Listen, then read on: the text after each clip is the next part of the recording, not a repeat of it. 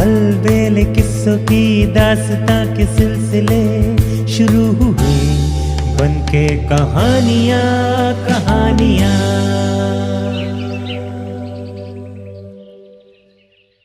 एक कहानी ऐसी भी, काला काजल काला बादल।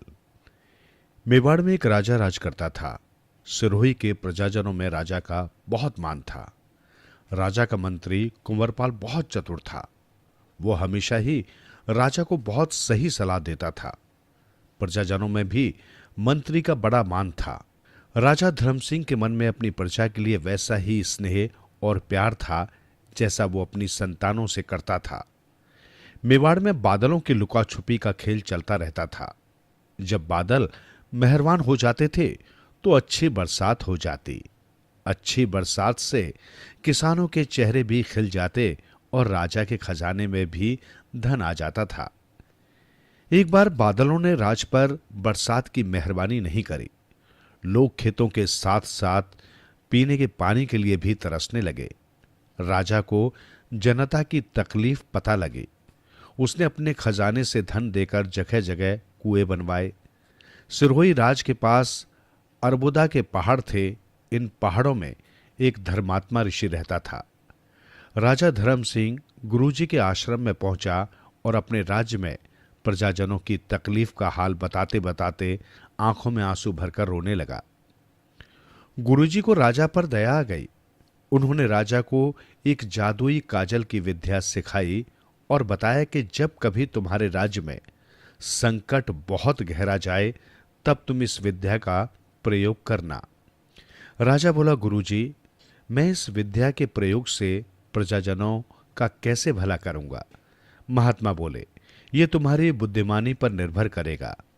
मैं इतना जानता हूं कि यदि तुमने ठीक ढंग से इस विद्या का उपयोग किया तो तुम्हारे राज्य में प्रजा कभी किसी भी बात से दुखी नहीं होगी। इतना कहकर गुरुजी ने पहले अपनी आंख में काजल लगाया। देखते ही देखते महात्मा जी गायब हो गए। राजा को बड़ा आश्चर्य हुआ। थोड़ी देर में आंख धोकर गुरुजी फिर से अपने आसन पर आ बैठे। फिर उन्होंने ये प्रयोग राजा पर दोहराया। राजा पूरी बात समझ गया और उठकर गुरुजी को प्रणाम करते हुए चला गया। राजा को जिस समय गुरुजी ये विद्या सिखा रहे थे उसी समय वहां दो ठग भी छुपकर इस सारी विद्या को सीख गए। इसका पता न तो गुरुजी को चला और न ही राजा को। गुरुजी ने राजा को जाते जाते ये भी शिक्षा दे दी थी कि तुम इस विद्या का प्रयोग यदि गलत कामों के लिए करोगे तो ये विद्या तुमसे समाप्त हो जाएगी और तुम्हारे प्राण भी संकट में पड़ जाएंगे। राजा तो पहले ही धर्मात्मा था। उसके मन में पाप और दुराचार का भाव आता ही नहीं था, लेकिन ठगों को इससे कोई लेना देना नहीं था। राजा ने अपनी विद्या का प्रयोग करते हुए उन गरीब मजदूरों की खूब सहायता की जो कुआं खोदने का काम कर रहे थे। तपता सूरज, जलती रेत और पसीने की मार के कारण मजदूर थोड़ा थोड़ा काम करते और जल्दी थक कर बैठ जाते।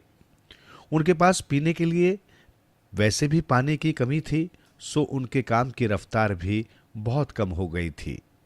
नगर के बाहर ऐसे ही 4-5 मजदूर जब कुआं खोदने लगे तो पानी की कमी के कारण उनसे 2-3 मजदूर बेहोश होकर जा गिरे।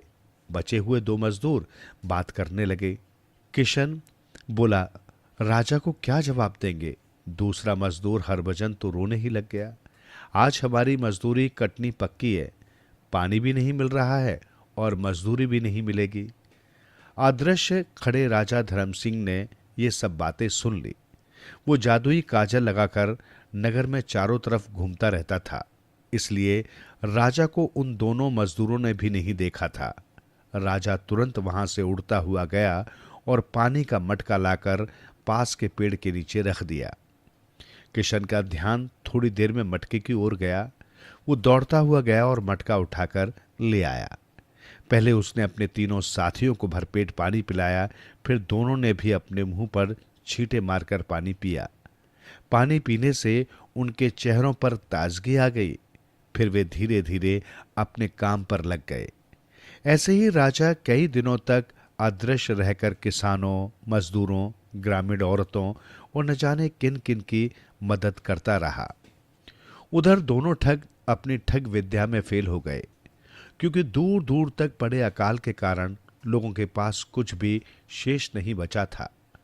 परिणाम स्वरूप उनके भूखे मरने की नौबत आ गई। कुछ दिन तक तो वे भीख मांगकर काम चलाते रहे, लेकिन धीरे धीरे भीख मिलना भी बंद हो गई। पहले ठग सूरमा ने दूसरे ठग घुरमा से कहा, अब तो मरने की नौबत आ गई, क्या करें। घुरमा को अचानक गुरुजी की विद्या याद आ गई। वो सूरमा से बोला, चल हम उस गायब होने वाली विद्या का प्रयोग करके देखते हैं। सूरमा को ये बात जच गई। दोनों ने आंख में काजल लगाया और थोड़ी देर में दोनों अदृश्य हो गए। फिर वो मजे से टहलते हुए राजा धर्म सिंह के महल में जा घुसे। जिस समय ये दोनों राजा के महल में घुसे, ठीक वही समय राजा के भोजन का हुआ था। राजा की थाली में भोजन लगा हुआ था। न्यायप्रिय और धर्मशील राजा बहुत साधारण भोजन कर रहा था। रानी ने उसको टोका भी, महाराज आप सूखी रोटियां और सूखा साग खा रहे हैं, एक राजा को ये सब शोभा नहीं देता। राजा बोला, महारानी प्रजा अकाल से पीड़ित है और मैं यहां माल मलाई खाऊं, ये कहां का न्याय है। ये सुनकर रानी भी मौन हो गई। दोनों ठग सूरमा और घुरमा महलों में घूमते हुए उस कक्ष में जा पहुंचे जहां राजा भोजन करने के लिए बैठा था। राजा की थाली में से तुरंत दोनों ने रोटी और साग उठाई और बैठकर आराम से खाने लगे। राजा को बड़ा आश्चर्य हुआ। पहले तो राजा ने सोचा कि असावधानी के कारण हो सकता है कोई कुत्ता बिल्ली यहां कमरे में आ गया हो और खाना लेकर भाग गया हो, लेकिन राजा के साथ लगातार 3 दिन तक यही घटना घटती रही। राजा आश्चर्यचकित हो गया। उसने इसका उपाय खोजने के लिए सेवकों को लगा दिया। नौकर चाकर चाक चौबंद हो गए, लेकिन उन्हें कोई दिखाई नहीं दिया। इधर दोनों ठग मजे से राजा का खाना उसी के सामने चुराकर खाते रहे और फिर मूंछों पर ताव देते हुए महल में मजे से घूमते रहते। यहां तक कि कई बार तो वे राजा के पलंग पर जाकर सो जाते। पलंग पर सोने के कारण चादर में सलवट पड़ जाती और कई बार तो गंदगी भी दिखाई देती। राजा बहुत दुखी हो गया। अंत में हार थक कर राजा गुरुजी के पास जाने की सोचने लगा। राजा को चिंतित देखकर मंत्री ने पूछा, महाराज कोई परेशानी हो तो हमें बताइए। मैं देख रहा हूं कि आपका स्वास्थ्य भी दिन प्रतिदिन कमजोर होता जा रहा है। राजा ने पहले तो बात को टालने की कोशिश की, लेकिन जब मंत्री ने बहुत आग्रह किया तो राजा ने पूरी घटना सुना दी और बताया कि जब मैं भोजन करने बैठता हूं तो कोई मेरी नजरों के सामने से ही मेरा भोजन चुरा लेता है और मुझे पता नहीं चलता। मंत्री बहुत चतुर था। उसने राजा को कहा कि हम जरूर कोई न कोई इसका उपाय खोज लेंगे। मुझे लगता है दाल में जरूर कुछ न कुछ काला है। फिर उसने राजा से पूछा, आप यदि अनुमति दें तो आज मैं आपके साथ भोजन कक्ष में उपस्थित रह सकता हूं। राजा ने सहर्ष इसकी अनुमति दे दी। राजा के लिए भोजन का थाल लगा। मंत्री ने सेवक से कहा, आप महाराज की थाली में एक साथ 2 रोटी परोसिए। थाली में रोटियां परोसी गई। राजा ने पहला ही कौर तोड़ा था कि बची हुई दोनों रोटियां अपने आप गायब हो गईं। कटोरी में रखी सब्जियां, छाछ, मिर्ची का अचार, गुड़ का टुकड़ा, देखते देखते सब कुछ गायब हो गया। मंत्री ने कहा, महाराज आप चिंता न करें, कोई अदृश्य चोर है जो ये सब कारस्तानी कर रहा है। मंत्री की बात सुनकर राजा को भी बड़ा आश्चर्य हुआ। गुरुजी से अदृश्य होने वाली विद्या तो केवल उसने सीखी थी, फिर दूसरा कौन मेरे राज्य में इस विद्या का जानकार आ गया। राजा मंत्री की तरफ देखता रहा। मंत्री भी तरह तरह के उपाय सोचता रहा। दूसरे दिन दरबार लगा तो राजा ने मंत्री से पूछा, मंत्री महोदय आपको कुछ उपाय समझ में आया? मंत्री ने कहा, महाराज हम आज चोर को पकड़ लेंगे, लेकिन आपको मेरी एक बात माननी पड़ेगी। राजा ने कहा, आप जैसा कहेंगे मैं वैसा ही करूंगा। मंत्री बोला, आपको आज अपना भोजन खुले में एक मंडप बनाकर करना पड़ेगा। राजा चौंक गए, इससे क्या होगा? मंत्री ने हाथ जोड़कर कहा, मेरी प्रार्थना है, मैं जैसा कहूं आप वैसा करें। राजा समझदार था, उसने मंत्री की तरफ हंसते हुए कहा, जब संकट काल हो तो राजा को अपने मित्रों, मंत्रियों, गुरुओं और चिकित्सकों की बात जरूर माननी चाहिए। ठीक है, आज मैं खुले में ही भोजन करूंगा और मैं भी ये जानना चाहूंगा कि ऐसा मेरा कौन शत्रु है जो सिर्फ मेरा ही भोजन चुराता है। मंत्री ने सारी व्यवस्था की। निर्धारित समय पर राजा के लिए थाली में भोजन लगा। मंत्री ने कहा, महाराज, जब तक मैं न कहूं आप भोजन के आसन से उठेंगे नहीं और बीच में कोई प्रश्न भी नहीं पूछेंगे।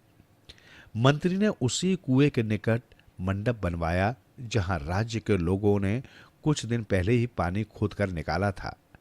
मंडप को चारों तरफ से बंद कर दिया और केवल एक प्रवेश द्वार रखा गया।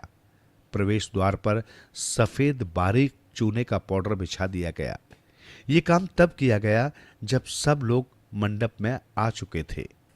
उधर दोनों ठगों ने भी छिपकर ये सारी बातें सुन ली थी कि आज राजा का भोजन कक्ष में नहीं बल्कि बाहर खुले मंडप में होगा। दोनों ठग सूरमा और घुनुआ भी मंडप के बाहर आकर खड़े हो गए। राजा ज्यों ही भोजन के लिए बैठा, दोनों ठग चुपचाप आहिस्ता से मंडप में प्रवेश कर गए। राजा को भोजन परोसा जाने लगा और ज्यों ही भोजन आरंभ हुआ त्यों ही मंडप में चारों तरफ धुआं ही धुआं हो गया। राजा सहित सेवकों और मंत्री की आंखें भी जलने लगी। मंत्री के आदेश पर बचे हुए खुले द्वार को भी बंद कर दिया गया था। थोड़ी देर में ठगों की आंखें भी जलन के कारण लाल हो गईं और वे जोर जोर से खांसने लगे। अंत में सूरमा ने घुरमा को पुकारते हुए कहा, भाई, अब मैं बहुत देर तक अदृश्य नहीं रह सकता। घुरमा की भी हालत ऐसी ही थी। सूरमा ने राजा के निकट रखे पानी के लोटे से जादुई काजल लगी आंखें धो डाली। घुरमा ने भी वैसा ही किया और थोड़ी देर में दोनों ही असली रूप में राजा के सामने खड़े दिखाई दिए। सेवकों ने तुरंत दोनों को बंदी बना लिया। मंत्री ने द्वार खोलने के लिए निर्देश दिए। थोड़ी देर में धुआं छट गया। राजा को बहुत आश्चर्य हुआ। राजा ने मंत्री से पूछा, आपको ये कैसे पता चला कि ये दोनों ठग अंदर आ चुके हैं? हम में से तो किसी ने भी इनको आते हुए नहीं देखा था।